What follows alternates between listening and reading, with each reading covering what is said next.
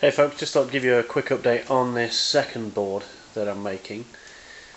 I've cut out a whole bunch of polystyrene squares to make kind of ruined castle wall blocks, and what I've actually done is to make them fairly square. Obviously when I cut them out as individual blocks, i.e. they've got pretty sharp edges, but what I've done now is I've spent probably about 2 days actually.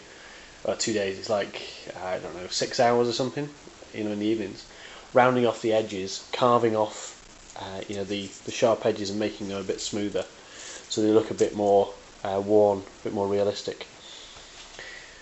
When I set the board up, what I did was, I think you can just make it out here, was I marked on, just like on the Orlock board, I marked on where I thought I was going to actually build things. This is the shavings tray that I've got so far. Now, I've changed the design slightly. I've decided not to go for all of the pattern that I made, because what I want is access points into the game board. So, if you set your characters up, they can come through this wall here.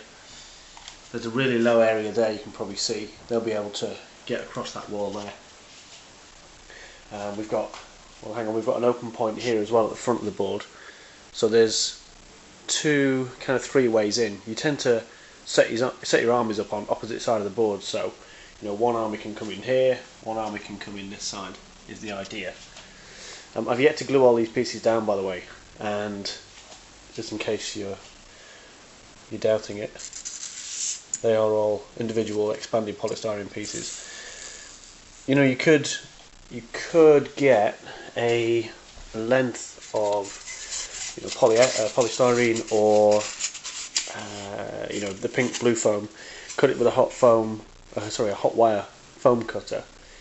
Maybe a kind of zigzag pattern going down, cut it and then reverse it, put them on top of each other. That'll give a good effect. Or use the Hurst Arts blocks, cast some Hurst Arts blocks. That'll add some weight to the board, but it will still look good.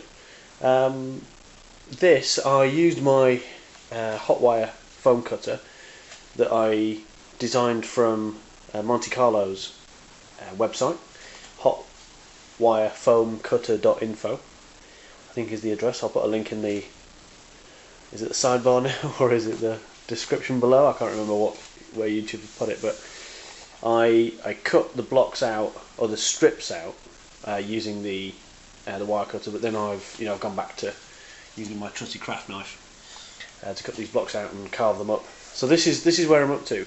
This is going to be a really quick paint job, because once these are glued down and I've put the the sand PVA base on the bottom, it's just Codex grey, Astronomicon grey, and then highlights, and we're done for the brickwork. I'm going to put some static grass and some other bits around this as well to make it look like a really good ruins.